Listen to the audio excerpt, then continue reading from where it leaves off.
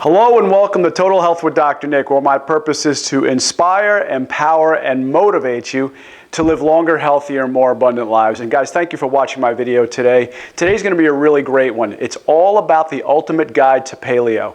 There's no doubt that paleo and keto are the two top diet plans in the world, or more should I say, not a diet plan, but more like a way of life. And that's the way you have to approach any of these diets, is really that it's more of a way of life. It's the way you're going to be eating. And I talk many times about going between one or the other, cycling between the two. But there's always a lot of questions about paleo, and I thought it'd be a great time to do a video on this one too, and really dispel some myths and let you really know what's the really true facts about paleo. And if you haven't seen one of my previous videos, I actually did a comparison between keto and paleo, so go back and watch that one also. And guys, if you're new to my show, like I said, my purpose is to really inspire, empower, and motivate you to really live as long and as healthy as God created for you to be. And that's really what it comes down to. So I do everything I can to make the most complicated health topics hopefully a lot easier to understand, so that way you get the best results. And thanks so much for the comments. Thank you much for subscribing. And if you like what we're talking about today, make sure you like, you share, subscribe, comment, and let me know what you're thinking. So let's get started on this right away. So paleo diet is really the way our ancestors ate. So this isn't something that just came up recently. This is something that went back as far as, say, 10,000 years ago is when the Paleolithic period roughly ended. But this is because doctors, anthropologists, researchers all looked into what our ancestors ate. So this is really what the whole diet is based on. And they looked at the fact that so many of these groups back then didn't have the same autoimmune diseases that we have today, such as your obesity, your diabetes, your autoimmune disorders, your neurodegenerative disorders. So because they didn't have many of the problems that we see today with, as we call, our standard American diet, or our SAD diet as I call it, they didn't have the diseases. So that's why we look back at what our ancestors ate and said, you know what, many of the foods we're eating today, our bodies really aren't genetically designed to eat. So we go back to eating the way our ancestors ate. Let's get into the benefits now of the paleo diet. Number one, we see weight loss, and that's what so many people want today. Maybe you're out there looking for that yourself. And it really comes from the fact that you're transitioning from the processed foods to the more nutrient-dense, nutrient-rich foods of the paleo diet. Also, too, it really has a lot to do with satiety, feeling full. And once again, it comes from the fact that you're eating a lot more nutrient-dense foods, so your body is getting nutrients and it feels fuller, rather than the empty carbs where your body's saying, okay, they're eating something here, but it's really not adding up to too much nutrition, too much fats, your macros, your proteins, your carbs, your vitamins, your minerals. Instead, it's really a lot of calories, but they're more empty carbs. Another benefit, of course, is high protein. Well, high protein has been linked to tissue repair, muscle building, of course, better immune system function, regulating your blood sugar better. So it helps with insulin resistance. Also reduces inflammation. Once again, paleo is not about having grains in your diet. So when you remove those grains, it reduces a lot of the inflammation that's associated with high grains and high omega-6 foods. Also, too, because you're eating a lot more vegetables, your vegetables have a lot more antioxidants, and those antioxidants fight off, of course, free radicals. It, of course, boosts satiety. I talked about this earlier. Whenever you're incorporating more nutrient-dense foods in, you actually get, your body starts to say, hey, you know what? We're getting calories here, but we're also getting satisfied. We're also getting the nutrients we need, whereas the empty calories, your body goes, okay, we have calories here, but there's no nutritional value at all. Also, too, when you increase the protein, you decrease the hunger hormone ghrelin. So when you decrease ghrelin, you don't feel hungry as much, okay? Next one, of course, is corrects nutrient deficiencies. Like I said before, the paleo diet is all about nutrient-dense foods, making sure you're getting the top quality foods, the best ones that have the most nutritional value. Also, the fats are high-quality fats. Proteins, high-quality proteins. There's no empty calories in this. Also, regulates blood sugar. Like we talked about, the grains will make your blood sugar spike up and down. So this helps to regulate blood sugar, because whenever you put the proteins in your body and the healthy fats, you will regulate blood sugar levels better, along with your fibers. There's literally no cereals or no grains in this type of diet. Now, like I said, there's always a lot of comparison that goes on between the paleo and keto diet. Like I mentioned earlier, go back and watch one of my previous videos on how I compare the two. But basically it comes down to this. Paleo, you're not really measuring macros. You're basically eating a healthy diet, and your body's going to feel full whenever you feel full. And that's when your body says, hey, stop eating. You're using high quality, natural foods, the highest quality that you can get. Basically, the rule of thumb with paleo is this. If it swims, if it flies, and if it walks, and if it's green, it's good to eat. That's really the way they look at it. So the true paleo people really look at it that way. And of course, those are simple ingredients. There's not a lot of complicated ingredients to it. If it walks, it flies, it swims, and it's green, it doesn't come with a food label. Obviously the most healthy foods. It utilizes glucose or ketones, where that's very different than ketosis. So your body can utilize both fuel sources. Now your ketogenic diet, on the other hand, is really all about measuring your macros, knowing exactly how much fat you're taking in, how much protein, and how much carbs, because it's all very important. You want to be in a certain ratio. You want to be roughly 70 to 75% fat. You want to be 20 to 25% protein and about 5% carbs. And really that's about it. Also too, on the keto diet, you want to keep your carbs below about 50 grams a day. That's really the sweet spot. And of course, it really runs solely off of ketones. So the whole idea behind the ketogenic diet is that you want to get your body switching from a glucose burner to where it's exclusively burning ketones for fuel, and that way your body's looking at its fat sources as a source for fuel.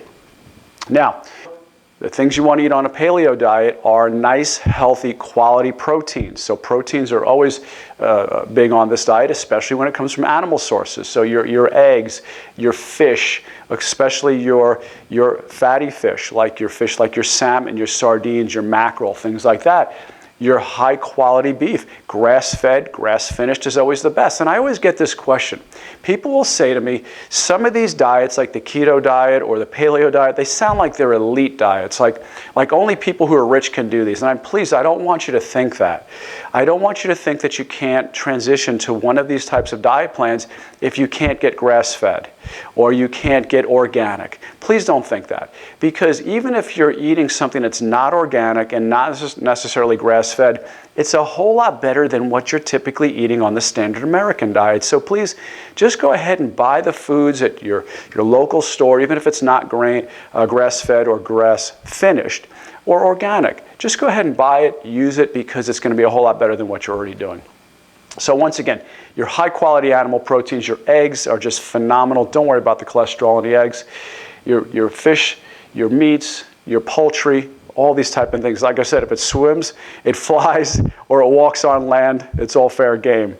Also, your organ meats are great when it comes to paleo. Healthy fats and oils. Now, I'm not talking about your vegetable oils. I'm not talking about your canola oil or your safflower oil or your other types of vegetable oils. Those are typically your polyunsaturated fatty acids, your PUFAs they're called.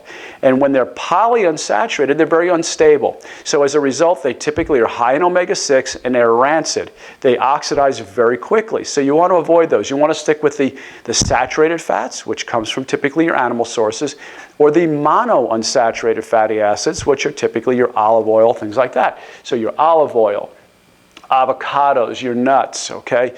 Especially go to your macadamia nuts. Your hazelnuts are very good. You want walnuts, you want Brazil nuts. Those are all great quality nuts to eat, and of course you want them as raw as possible. Your avocados again, and the fats and oils that come from your fish, typically high in omega-3s. You also want non-starchy vegetables. So all your green vegetables are fair game. Your kale, your collards, your asparagus, your peppers, broccoli, spinach, all this is just, Swiss chard is all very, very good. Eat as much as you can. One of the great things about the paleo diet is that it's so high in vegetables. Eat all the vegetables you want, because vegetables virtually have no calories. It's only about 100 calories a pound, so you can eat as much as you want of this and know that you're doing great. Just put oil on it at the end. Big on paleo is that you don't cook with the oils as much, is that you more just put them on at the end. So drizzle your olive oil on, especially at the end, or put on your avocado oil. Avocado oil is great for when it comes to cooking because it has a higher smoking point than olive oil does. So go ahead and use that with your cooking, but just use more of the olive oil on top of the food at the end once it's already cooked. You could have starchy vegetables. Very different than keto. Keto tells you to avoid the starchy vegetables because, once again, you're trying to really reduce your carbohydrates completely. Well, you can have starchy vegetables on the paleo diet. So your squash, your zucchini, your different, pumpkins and things like that. All these are fair game. And once again, they all carry an amazing amount of nutrients, especially the ones that are the most colored because they have the bioflavonoids. So the most colorful vegetables are always better for you, very high in antioxidants. Now, what about fruit? Once again, not good on keto, but you can have it on paleo, especially your berries. Berries are always going to be better. Now, it doesn't mean because you can have fruit on paleo that it means you have your high glycemic index fruits. I would still avoid those and make sure you're having more of the low glycemic fruits, okay? So like I said, your berries, things like your green apples, stuff like that are also very, very good. So your raspberries, your blackberries, your strawberries, they're going to be much better. In fact, what I like to do is I like to combine keto and paleo, get the best of both worlds. Sometimes people look at keto like it's a little bit restrictive and paleo like it gives you a little bit more of your lifestyle back. You can have more variety of things and you're not just having, cheese and bacon all the time. So paleo gives you a little bit more variety, but what I would do is make sure you keep it a low-carb paleo. That's basically keto on steroids, all right? Keto in a way that you have the highest quality foods and the foods that are non-inflammatory, and yet you can have it all on the paleo diet as long as they're low carbs. Keep your carbs really low, about under 50 grams a day. Now, what is not on paleo is dairy, okay? Dairy is basically, once again, it's not so much a debate whether dairy is good for you, although in one of my previous videos I talked about the fact that dairy is inflammatory. And you're drinking milk from animals that you're not supposed to drink milk from. Now, do I do that sometimes? Of course. I have milk. I have heavy cream and things like that. I have cottage cheese and stuff, but I have it sparingly and I have it rarely. And typically it's when I'm on more of a keto cycle than I'm a paleo cycle. But dairy is not very good because, once again, look at the logic here. Paleo is all about eating simply the way our ancestors found it. So back then, things weren't so processed. They didn't have the processing we do today. So that's why dairy is really not on the paleo diet, because it is a processed food. Not to mention, a lot of people, it's very inflammatory. Also grains, no grains. No grains on either diet, keto or paleo. But paleo definitely forbids grains, it forbids cereals. You don't want anything like that, once again, because these are things that weren't grown back then. These are more in the recent years, maybe the past 1 or 2 or 3,000 years. This isn't stuff that was grown back 10,000 to 1,000,000 years ago. So this was not agriculturally around during the Paleolithic period. So it wasn't what our ancestors were made to eat. And of course, it's linked to a lot of disease today. Insulin resistance, I've talked about that. In fact, go back and watch one of my previous videos where I talked about what the bleep are carbs anyway. Really good video on really tells you about carbs and really what they're about. Are they essential or not? Are they necessary or not? When you get into the grains, they're really high in omega-6 oils rather than omega-3, so you want to avoid them, and of course they are inflammatory. Not to mention, if you have gluten sensitivity, that's a really big problem.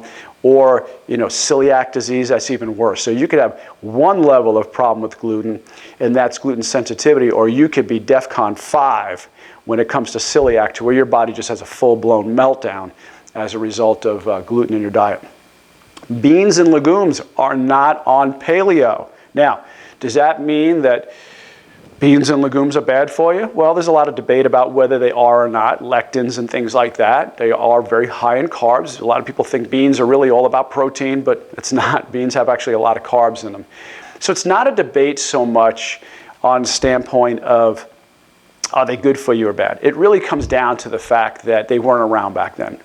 True people who do paleo, your really hardcore paleo people, will say never eat beans or legumes on it because it wasn't what our ancestors ate. Of course, it goes without saying you should stay away from your refined carbohydrates, your processed refined carbohydrates.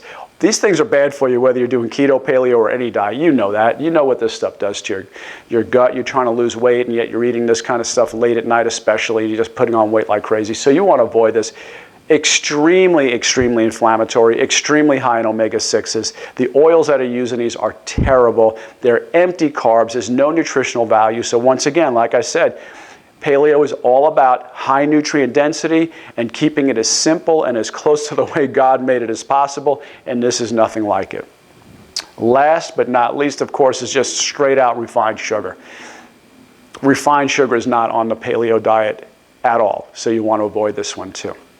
So guys, what I'm going to do is I'm going to keep an eye on it. I'm going to include a link below so that way you guys can link to the food guide or food list, and I'll get that out as soon as possible. So just keep an eye out for that. And guys, I hope you like the information. If you do, please make sure you like, you share, you comment, and really more importantly, subscribe. Let us know that you really support our channel. By the way, you guys have been absolutely amazing. We've been getting hundreds and hundreds of new subscribers every single day, and it's just blowing me away. And thank you so much for the great comments. I'll tell you what, it has just been heartwarming to see the kind words that you guys are saying, and I really, really appreciate it. So like I said, if you guys like the information, please make sure you subscribe to our channel. Click that little bell over there so that way you get notifications, and that way you don't miss out on a single one of our videos. So guys, I appreciate it. God bless. Have a great day. Bye-bye.